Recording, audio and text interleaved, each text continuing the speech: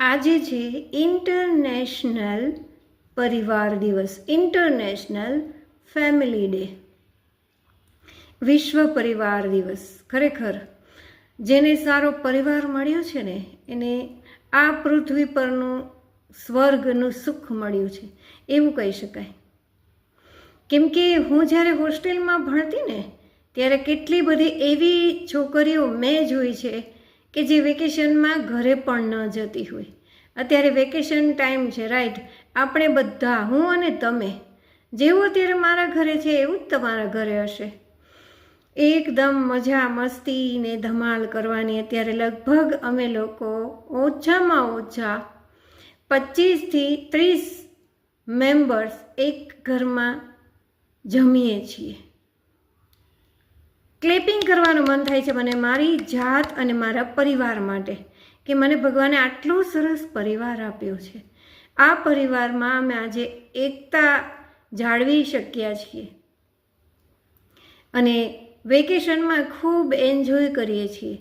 જો એ છોકરીઓની જ હું તમને વાત કરતી હતી ને, એ છોકરીઓને વેકેશનમાં ઘરે જવા નથી મળતું. બધા પોતાના પરિવાર સાથે એન્જોય કરતા હોય અને અમે જ્યારે ઘરેથી પાછા હોસ્ટેલે ફરીએ ને ત્યારે બધા વાતો કરતા હોય કે મને મામાના ઘરે મજા આવી, મને માસીના ઘરે મજા આવી, મને મારા પોતાના ઘરે મજા આવી, મેં આ ખાધું, મને આ લઈ દીધું, મેં આ શોપિંગ કર્યું. ત્યારે એ છોકરીઓનો આત્મા છે ને ખૂબ દુઃખી થતો હતો. અને ત્યારે જ મને પરિવારની સાચી વેલ્યુઝ ખબર પડી, સમજાય. પરિવાર શું છે ને એ મને ત્યારે ખબર પડી. મને તો પહેલાંથી જ આ રીતે લાડકોડમાં જ ઉછેરીને મોટી કરી છે. હું જ્યારે હોસ્ટેલે અભ્યાસ કરતી હતી ને ત્યારે મારા પપ્પા ત્યાં જોબ કરતા હતા, ગોંડલથી રાજકોટ અપડાઉન કરતા હતા. સતત મહિનાના પહેલા અને ત્રીજા શનિવારે બપોરે 2 વાગે, શિયાળો ઉનાળો ને ચોમાસું, મારા માટે આવતા હતા, મને મળવા આવતા હતા. અમારી હોસ્ટેલમાં ફોનની સુવિધા પણ નહોતી, ફોન કરવા પણ નહોતા દેતા અને ફોન આવે તો પણ નહીં.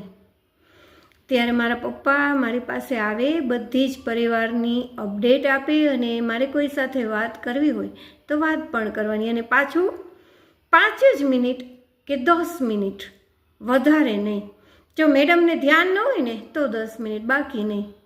એવા સંજોગોમાં પણ મને મારા પપ્પાએ સાથ આપ્યો છે. મારા મોટા ભાઈ, નાના ભાઈ કહો તો નાના ભાઈ, જેટલા પણ અમારા પરિવારના સભ્યો છે, મારી બહેનો,